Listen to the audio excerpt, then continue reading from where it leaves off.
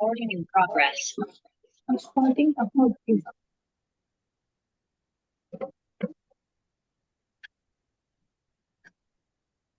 ये बाइक्स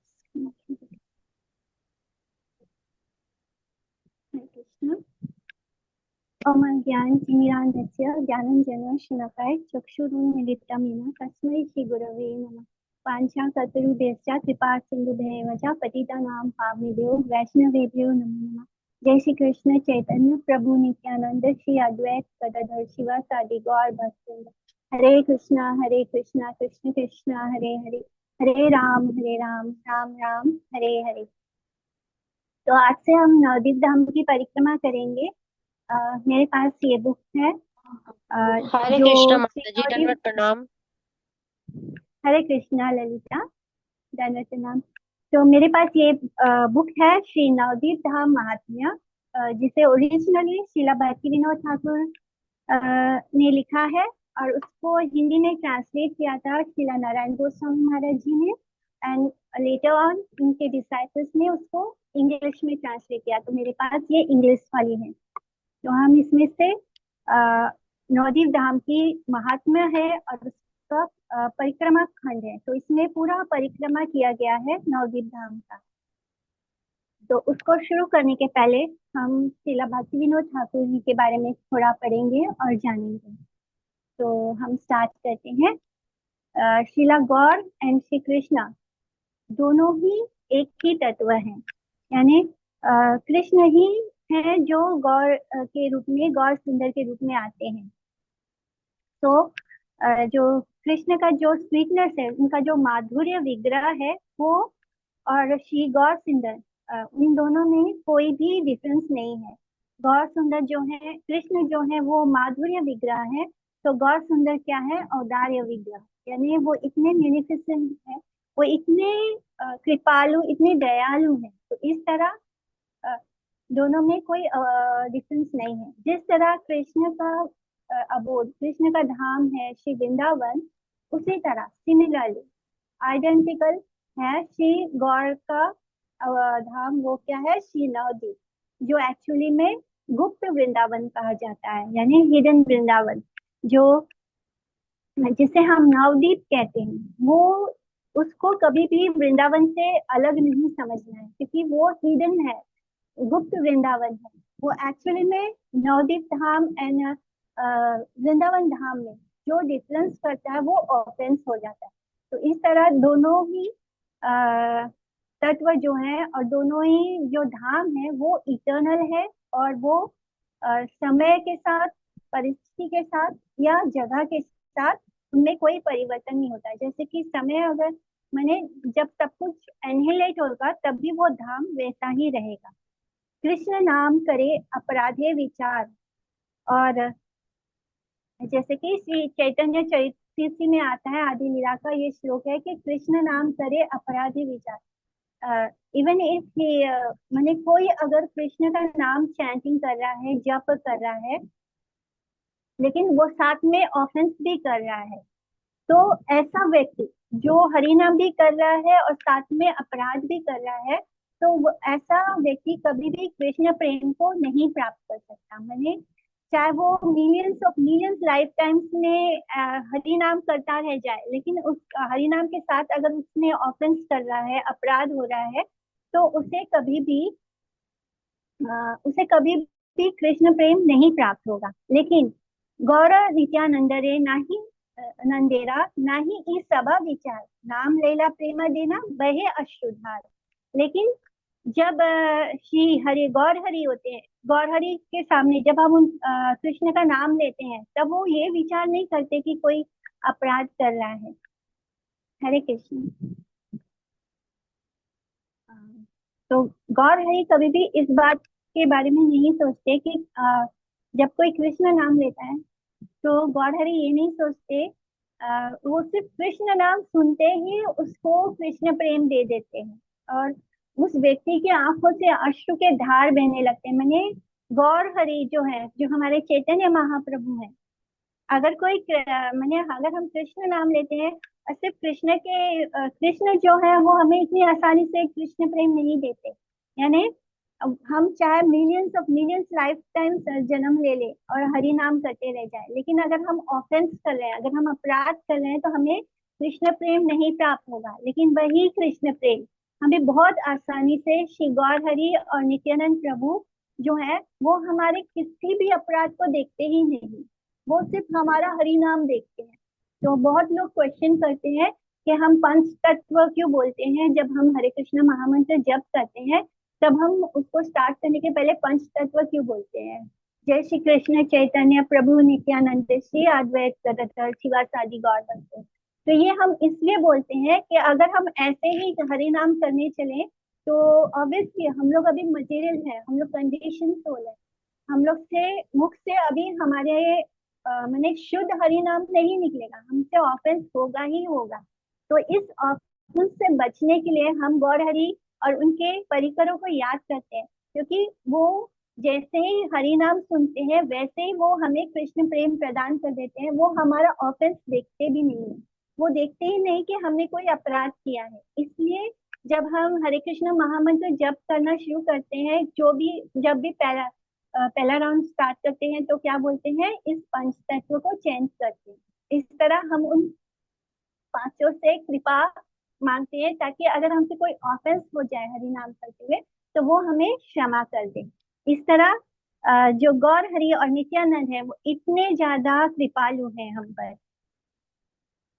तो इसलिए श्री गौर हरि जो है, उनका जो अबोध है, उनका जो धाम है, वो भी इसी तरह बहुत लिबरल है और बहुत कृपा देने करने वाला है। जो नवदीप धाम है, अगर हम वृंदावन धाम में जाते हैं और अगर वहां पे हमसे कोई अपराध हो गया, तो जैसे हम धाम में जाते हैं तो जितनी कृपा हमें धाम देता है, अगर हमसे अपराध हो गया तो उतना ही गुना हमें अपराध का भी फल भोगना पड़े। लेकिन वही चीज नवदीप में नहीं होती। नवदीप इस भी वृंदावन से नॉन डिस्टेंट है, लेकिन जब हम नवदीप धाम में जाते हैं, वहां पे वो धाम हम हमारा अपराध नहीं लेता, चाहे हमसे अपराध क्यों ना हो जाए, लेकिन वो हमारा अपराध नहीं कंसीडर करता है। लेकिन अगर हम वृंदावन में जाएं और वहां पे हम अपराध करें तो हमें उसका बहुत फल भोगना पड़ेगा। इसलिए शिला प्रभुपाद बोलते थे, मतलब जब हम बहुत ज्यादा भक्ति में ना हो, हमारे अंदर अभी कृष्ण प्रेम ना हो, जागृत हुआ हो, तो हमें 3 दिन से ज्यादा वृंदावन में नहीं रहना चाहिए, नहीं तो हम वहां पे अपराध करना शुरू कर देंगे।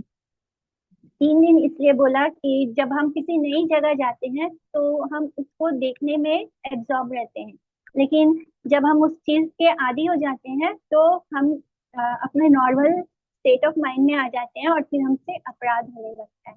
इसलिए लेकिन नवदीप धाम के साथ ऐसा नहीं है। नवदीप धाम भी उस गौर हरि की तरह ही बहुत लिबरल और बहुत हम मर्सी देने वाला है, बहुत कृपा करने वाला है।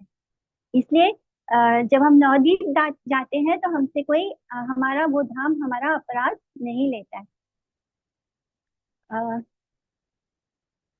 ये भी कहा जाता है कि अगर हम माने अगर वृंदावन जाने से पहले हमें नवदीप धाम जाना चाहिए, क्योंकि नवदीप धाम गौर हरि जो है, हमें वृंदावन देखने की जो कृपा है वो नवदीप जाने से ही प्राप्त होगा।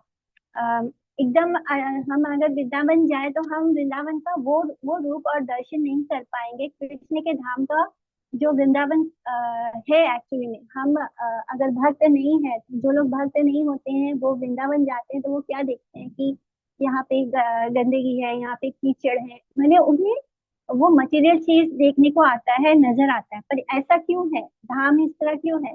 धाम इस तरह इसलिए है कि वो कवर किया हुआ है, मटेरियल लोगों को वो नहीं दिखाई देगा।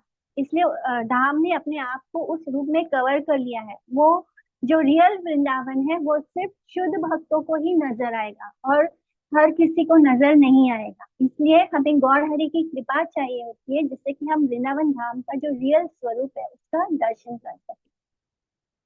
उसी तरह जो नवदीप धाम का पेरीमीटर है वो 16 कोस का है, 16 कोस है, जिसको 32 माइल्स अप्रोक्सीमेटली हम बोलते हैं।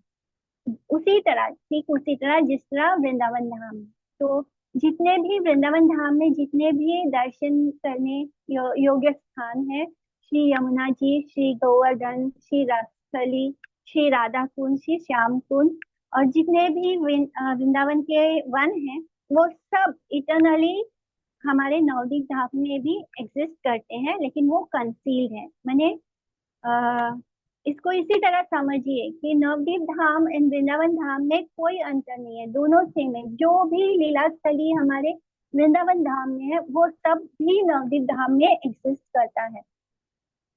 और गौर सुंदर इटर्नली वहां पे स्पोर्ट करते हैं, यानी जिस तरह श्री कृष्ण गोलोक वृंदावन छोड़ के नहीं जाते, उसी तरह गौर हरि गौर सुंदर नवदीप धाम को छोड़कर कहीं नहीं जाते। वो हमेशा वहां पे उनके पास टाइम्स चलते रहते हैं। और श्रीमन महाप्रभु के जो इटर्नल पास टाइम्स है वो नाम कीर्तन, नाम के जो प्योर डिवोटीज के गाइडेंस में हम इटर्नली वहां पे नाम कीर्तन चलता ही रहता है, हरे कृष्णा महामंत्र का। जो साधक भक्ति में आगे बढ़ना चाहते हैं और अपने ऑफेंसेस, अपने नाम अपराध, सेवा अपराध और धाम अपराध को मने खत्म करना चाहते हैं, उनको पहले यहाँ पर आकर धाम दर्शन और परिक्रमा करना चाहिए, सो दैट जो होली धाम, जो धाम अपराध होता है वो उसके ऑफेंसेस से बच सके। इसलिए कहा जाता है कि पहले हमें नवदीप धाम जाना चाहिए, वहां पर परिक्रमा करना चाहिए, उसके बाद हमें वृंदावन धाम में प्रवेश करना चाहिए। क्योंकि हम डायरेक्टली अगर वृंदावन धाम जाएंगे तो हमें धाम अपराध लगने की बहुत चांसेस होते हैं। तो धाम अपराध क्या है उसको भी हम जान लेते हैं। पहला धाम अपराध है कि हम श्री गुरु और श्री साधु जिन्होंने उस धाम को रिवील किया है उनको डिसरिस्पेक्ट करें। जैसे कि हमारे गोस्वामीज ने, सत गोस्वामीज ने वृंदावन धाम को दोबारा ही प्रकाशित किया है, अगर हम उनका अपमान करें तो ये अपराध होता है। उसी तरह हम धाम को अगर इटर्नली ना समझकर टेम्पररी समझते हैं तो ये भी एक अपराध है। फिर ये सारे अपराध हमें वृंदावन धाम में लग सकते हैं, लेकिन अगर इसलिए कहा जाता है कि पहले हमें नवदीप धाम की परिक्रमा करनी चाहिए, जिससे कि हम वहां रहकर अपने आप को ट्रेन कर सकते हैं, और फिर जब हम वृंदावन जाएंगे तो हमें हमारा माइंड उस तरह से ट्रेन हो जाएगा श्री गौर हरि की कृपा से, और हम धाम को ठीक तरह से दर्शन कर पाएंगे। तो ये सारे धाम अपराध है, जैसे कि पहला दो हमने अभी बोला। तीसरा है कि धाम में रहने वाले वासी जो है, जो धाम वासी है, उनके प्रति कुछ वायलेंस करना, उनको उनके साथ लड़ाई झगड़ा करना, ये भी धाम अपराध है। और फिर अगर कोई भक्त धाम में परिक्रमा कर रहा है तो उनके साथ उनको उनको छोटा देखना या उनको नीचा देखना, या फिर उनको कास्ट और क्रीड के हिसाब से जज करना कि ये छोटे जाति का है, ऐसा है, उनके प्रति गलत सलत बोलना, ये भी एक अपराध है। धाम में जाकर मंडेन एक्टिविटीज करना, सेंस एंजॉयमेंट करना, वहां पर रहते हुए हम अगर धाम में रह रहे हैं और हम वहां भी जाकर मटेरियल लाइफ को ही इंजॉय करने में लगे हुए हैं, सेंस एंजॉयमेंट में लगे हैं, तो ये एक तरह का अपराध है धाम के प्रति। और धाम में जाकर ये दिखाना कि हम धाम को सर्व कर रहे हैं, लेकिन उस बहाने से पैसे कमाने की इच्छा रखना, बिजनेस करना, ये भी धाम अपराध है। और फिर अपनी मनन बुद्धि से ये सोचना कि धाम भी कोई एक जैसे हम बाकी सब जगह जाते हैं घूमने फिरने, या उसको एक टूरिस्ट स्पॉट समझ लेना, ये भी एक अपराध है। बहुत लोग यही बोलते हैं कि हम वृंदावन घूमने जा रहे हैं, तो वृंदावन कोई घूमने की या टूरिस्ट स्पॉट नहीं है। वृंदावन हम क्यों जाते हैं? हम राधा कृष्ण की लीला को अनुभव करने जाते हैं, उनके प्रेम, उनकी लीला स्थली पर की कृपा हम पर हो, इसलिए जाते हैं। हम वहां पे अगर घूमने जाएंगे तो इसका मतलब हम अपनी मंडेन बुद्धि से, हम मटेरियल बुद्धि से सोच रहे हैं, तो ये अपराध होता है धाम के प्रति।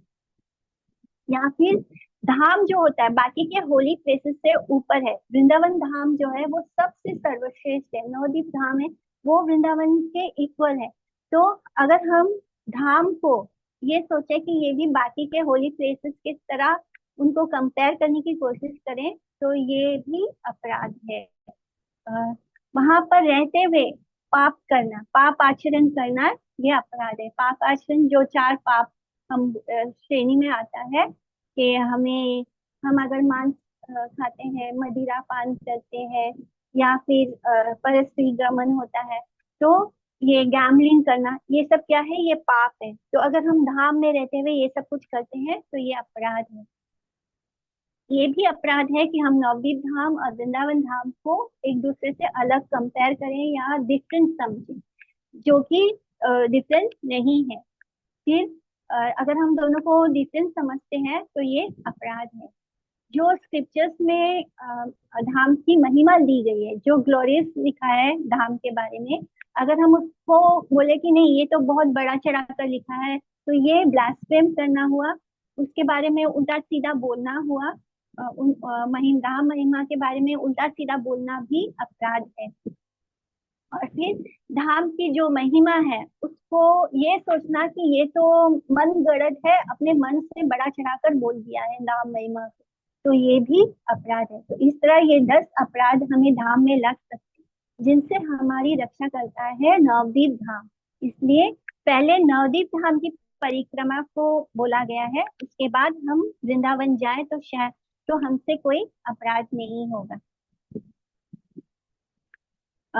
ये जैव धर्म में श्रीला भक्ति विनोद ठाकुर ने जो जैव धर्म लिखा है उसमें उन्होंने बोला था कि जो मॉडर्न सोसाइटी है, उन जो रीडर्स हैं उनको अगर हम सीधा धाम के बारे में बोलेंगे या फिर हम एक्सप्लेन करने की कोशिश करते हैं, तो क्या होता है कि वो लोग उसको स्वीकार नहीं करते। इसलिए कभी हमेशा जिन्होंने के बारे में लिखा है, जो राइटर है, उसके बारे में हमें इंट्रोड्यूस करना चाहिए। तो इस जो कलयुग में है, तो वो लोग उस राइटर के बारे में जानने के बाद उस किताब को पढ़ने की इच्छा करते हैं। इसलिए हम इसके ऑथर जो हैं श्रीला भक्ति विनोद ठाकुर, जिन्होंने इस धाम महात्म्य की जो रचना है वो बांग्ला भाषा में की थी, और अभी हम इसको इंग्लिश में पढ़ रहे हैं। तो सच्चिदानंद शिला भक्ति विनोद ठाकुर जो हैं वो अ, वीरानगर नाम के एक गांव में उनका जन्म हुआ था, जो कि योगपीठ मायापुर के बहुत पास है। तो योगपीठ किसको बोलते हैं? जहाँ पे श्री चैतन्य महाप्रभु का जन्म हुआ था उस स्थान को योगपीठ कहा जाता है मायापुर में। तो मायापुर में जहाँ चैतन्य महाप्रभु का जन्म हुआ था, उस योगपीठ के बहुत पास है उनका गांव वीरानगर, जहाँ पर शिला भक्ति विनोद ठाकुर का जन्म हुआ था। और वहां पर और उन्होंने जो अपना एजुकेशन कंप्लीट किया था वो कोलकाता में किया था। उनकी बुद्धि जो थी वो बहुत ही कुशाग्र बुद्धि थे। He was very sharp from his early childhood. और लेकिन बचपन से ही उन्हें रिलीजन के प्रति भी बहुत लगाव था, धर्म के प्रति भी बहुत वो डीपली कंसर्न थे। इवन एज अ स्टूडेंट, जब वो एक स्टूडेंट ही थे तब भी उन्होंने धर्म के टॉपिक पर बहुत अच्छी तरह से वो बोलते थे, चाहे वो बंगाली में हो या इंग्लिश में हो अकॉर्डिंगली। यानी कुछ स्कूल बंगाली में होते हैं, बंगाली स्कूल होते थे तो वहाँ पे वो बंगाली में एक्सप्लेन करते थे, जहाँ पे इंग्लिश होता था वहाँ पे वो इंग्लिश में एक्सप्लेन करते थे, और बहुत विस्तार से उसको गहराई से बोलते थे उस टॉपिक पर। ये भी वो एज अ स्टूडेंट उन्होंने इतनी अच्छी तरह से वो उस पर लेक्चर देते थे। जब उन्होंने अपनी शिक्षा को कंप्लीट किया, तो वो उसके बाद शिक्षा कंप्लीट करने के बाद वो उड़ीसा चले गए, और वहां पर उन्हें गवर्नमेंट ने, जो ब्रिटिश गवर्नमेंट है, जो ब्रिटिश सरकार है, उन्होंने उन्हें वहां पर डेप्यूटी मजिस्ट्रेट के रूप में ड्यूटीज दी वहां पे। Because he was very intelligent, उनकी बुद्धि बहुत तेज थी और बहुत हाई लेवल पर उनको जॉब्स मिले हैं ब्रिटिश सरकार की तरफ से। तो वहां पर उनको as a magistrate, deputy magistrate, वहां पे उनको ड्यूटी दिया गया। और उसके बाद गवर्नमेंट ने उन्हें एज अ एडमिनिस्ट्रेटर ऑफ जो हमारे श्री जगन्नाथपुरी के टेम्पल है जगन्नाथपुरी का, वहां पर उनको एडमिनिस्ट्रेटर का की तौर पे अपॉइंट किया गया था। वहां पर उन्होंने बहुत सुंदर सेवा की थी, वहां पर जब वो वहां पे एडमिनिस्ट्रेटर के रूप में थे, तब भगवान जगन्नाथ जी का बहुत सुंदर से उनका श्रृंगार होता था और बहुत एफिशिएंटली उन्होंने वहां पे सब कुछ मैनेज किया था। उसी समय पुरी में वहां पर एक योगी था जिसका नाम था विश्वक्सेन, जो बहुत ही घने जंगल में रहता था उड़ीसा के। और उसने अपने आप को उसने अपने आप को कृष्ण डिक्लेयर करके रखा था। वो कहता था कि मैं कृष्ण हूँ। ये उस समय की बात है, कितने पुराने जमाने की बात है, लेकिन अभी भी सब कुछ ऐसा ही लगता है कि अभी भी लोग इसी तरह के हैं। तो वो जो विश्वक्सेन नाम का योगी था, वो घने जंगलों में रहता था, वहीं पे उसने अपना बना रखा था, गुफाओं में अपना स्थान बना रखा था। और उसने जनरल पब्लिक के सामने ये डिक्लेयर करके रखा था कि मैं कृष्ण हूँ। इस तरह वो कृष्ण बनकर रास लीला करता था, रास डांस करता था। और उसने सबको गांव, आसपास के गांव वालों में ये बात उसने फैला दिया था कि वो ही कृष्ण है। और उसने बोला था कि जो पूर्णिमा का दिन आने वाला है, उस दिन मैं जितने भी लेडीज हैं, यंग गर्ल्स हैं, उन सबके साथ रास लीला करूंगा, क्योंकि मैं कृष्ण हूँ। और जितने भी लेडीज हैं आसपास के गांव के, मैंने लोग तब तो कोई सोशल मीडिया नहीं था, लोगों को कुछ पता नहीं था। तो वो एक योगी था, और योगियों के पास कोई सिद्धियां आ जाती है, वो भी भगवान की दी हुई सिद्धियां होती है। जैसे कि भगवान जब कोई भक्ति में जाता है, तो भगवान उसको सबसे पहले क्या चीज देते हैं, उसको कुछ सिद्धियां देते हैं। और वो टेस्ट करते हैं कृष्ण कि अगर ये सिद्धि पाके मुझे छोड़ देता है, मुझसे दूर चला गया, तो मैंने ये भक्त नहीं है। लेकिन सिद्धियां पाने के बावजूद वो व्यक्ति अगर सिद्धियों का मोह त्याग देता है और कृष्ण की शरण में रहता है, तो वो शुद्ध भक्ति में आगे बढ़ता है।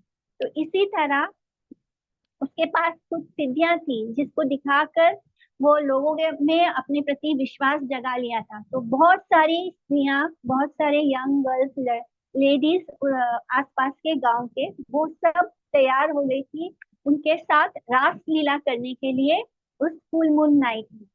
तो ये देखकर जो अ, समझदार विलेजर्स थे, उन्होंने स्टेट गवर्नमेंट में जाकर इसकी कंप्लेंट की। तो गवर्नमेंट ने शिला भक्ति विनोद ठाकुर को इस सिचुएशन को इन्वेस्टिगेट करने के लिए भेजा वहां पर। और वहां पर उन्होंने इन्वेस्टिगेशन करते हुए पाया कि ये जो योगी है ये गिल्टी है, ये अपने आप को झूठा प्रचार कर रहा है कि मैं कृष्ण हूँ। और उन्होंने सब देखा कि ये वो ढोंग कर रहा है, वो हाथों में ऐसे भभूत आते हैं उसके, तो ये सारा वो लोगों को भ्रम कर रहा था, फ्रॉड था और उल्लू बना रहा था। और उसे एक क्रिमिनल के तौर पर उन्होंने जेल में भेज दिया पकड़कर। और वहां पर वो जो विश्वक्सेन है, अ, इस दौरान शिला भक्ति विनोद ठाकुर के मैंने उसने ये जो सिद्धियां होती है, ये सिद्धियां उनके बालों में होती है। यानी ऐसे जो योगी होते हैं उनके लंबे लंबे केश होते हैं, जिनके कारण वो ये सारे कर पाते हैं, सिद्धियों के बल पर किसी को भी नुकसान पहुंचा पाते हैं। इस दौरान शिला भक्ति विनोद ठाकुर के को भी बहुत नुकसान हुआ, उनका एक पुत्र भी मारा गया था। इस उन्होंने क्योंकि उन्होंने उसके ऊपर कुछ कर दिया, सिद्धियों के बल पर उसको बीमार कर दिया था। एंड तब भी शिला भक्ति विनोद ठाकुर पीछे नहीं हटे, उन्होंने उस योगी को पकड़कर जेल में डाल दिया।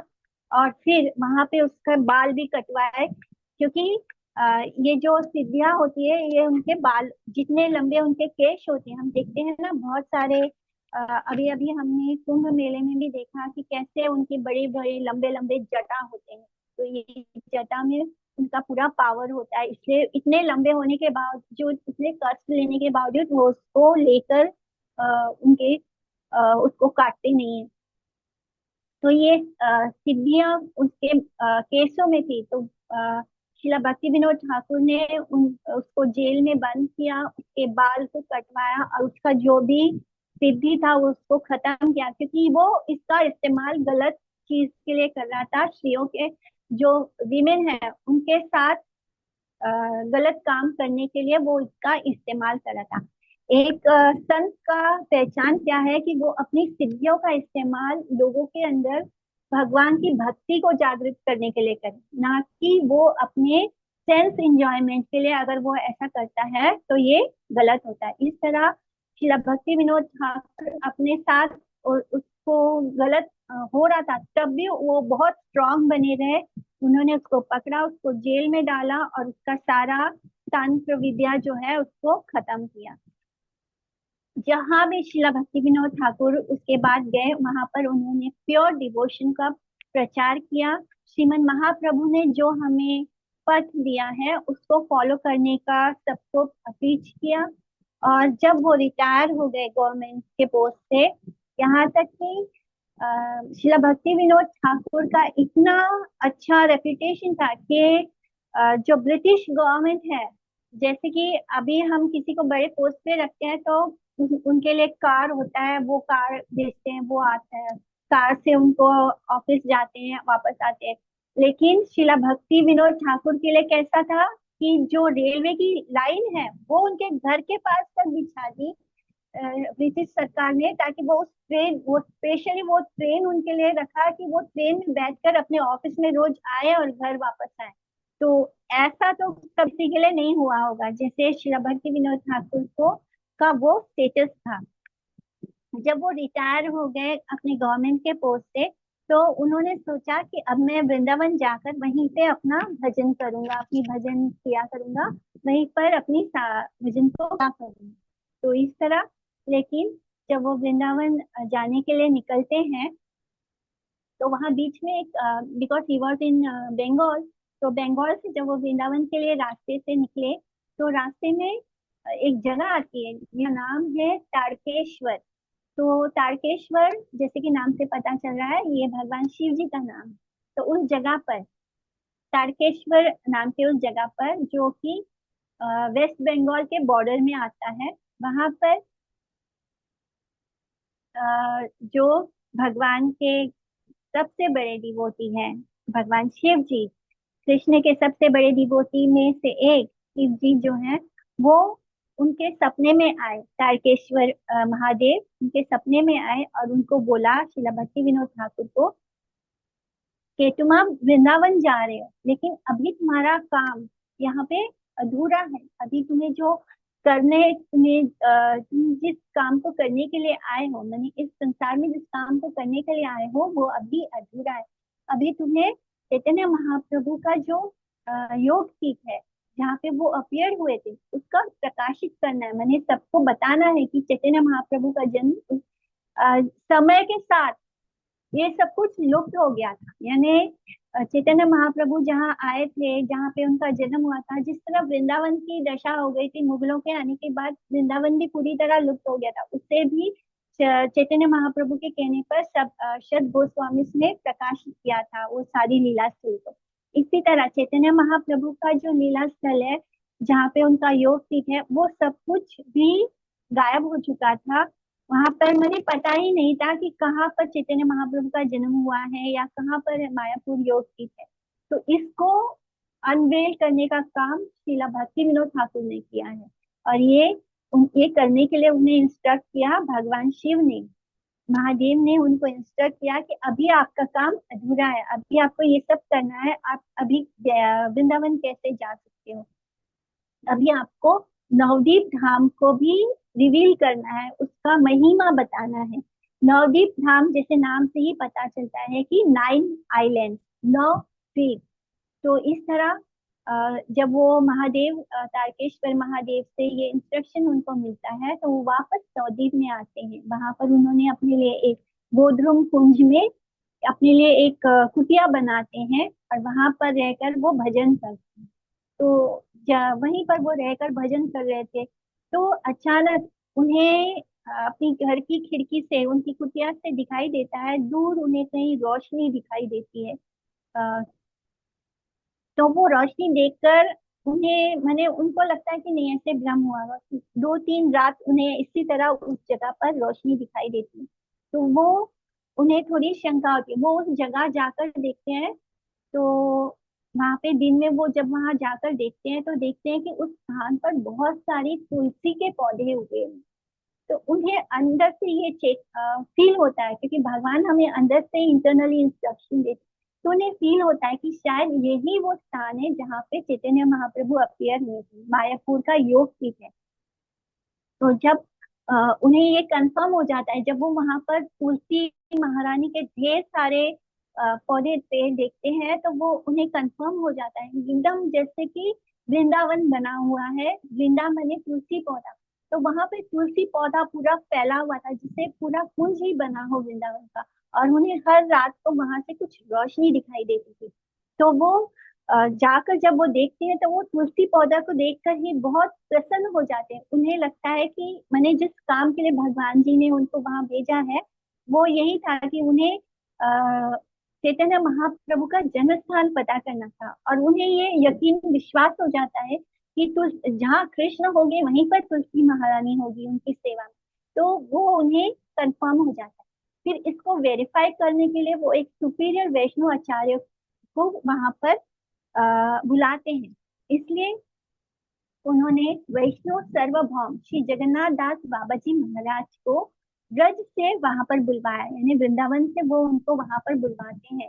और श्री जो जगन्नाथ दास बाबा जी हैं, जब हम हमारी गुरु परंपरा के चित्र देखते हैं तो उसमें जगन्नाथ दास बाबा जी सबसे पहले होते हैं। तो वो 144 ओल्ड थे जगन्नाथ दास बाबा जी। तो उनको पालकी में लेकर उठाकर वहां पर उस स्थान पर लेकर आते हैं। लेकिन जैसे वो उस स्थान पर पहुंचते हैं, ही इज 144 ओल्ड, तो वहां उस पालकी से ही उछल कर कूद जाते हैं नीचे। और वहां पर वो बहुत तेज से डांस करना शुरू कर देते हैं। यानी भक्त जो होता है, जो शुद्ध भक्त होता है, भगवान उसको इंटरनली बता देते हैं सब कुछ। तो वो बोलते हैं हाँ, ये यही वो स्थान है जहाँ पे श्री सच्चिदानंद गौर हरि का जन्म हुआ। इस तरह शिला भक्ति विनोद ठाकुर ने श्रीमान महाप्रभु का योग पीठ को रिवील किया सबके सामने, सबको बताया। और फिर सब जगह इस बात को स्प्रेड किया कि यही वो स्थान है। और धीरे धीरे वो खबर सबको पहुंच गई, क्योंकि संत महात्मा जब बोल देते हैं तो बात कंफर्म हो जाती है। और फिर धीरे धीरे सबको पता चल गया कि ये वही स्थान है जहाँ पे श्री चैतन्य महाप्रभु का जन्म हुआ था। और इस तरह श्रीला भक्ति विनोद ठाकुर ने इस संसार को ये अपना मैंने अब एक और बहुत ग्लोरियस डीड किया। वो क्या था, उन्होंने इस संसार को शिला भक्ति सिद्धार्थ सरस्वती ठाकुर दिया, उनके पुत्र, जिन्होंने आगे हमारे गौड़िया मठ का जो स्थापना किया। और आगे जाके जितने भी गौड़िया 64 गौड़िया मठ उन्होंने बनाए, और पूरे संसार में उन्होंने भी प्रीच किया नाम प्रेम, ट्रांसेंडेंटल लव फॉर कृष्णा क्या है, हरि नाम के थ्रू हम कृष्ण प्रेम कैसे प्राप्त कर सकते हैं। श्रीमन महाप्रभु ने जो हमें हरि नाम संकीर्तन दिया, उसको पूरा बंगाल और इंडिया में और थ्रू आउट द वर्ल्ड उन्होंने प्रीच किया।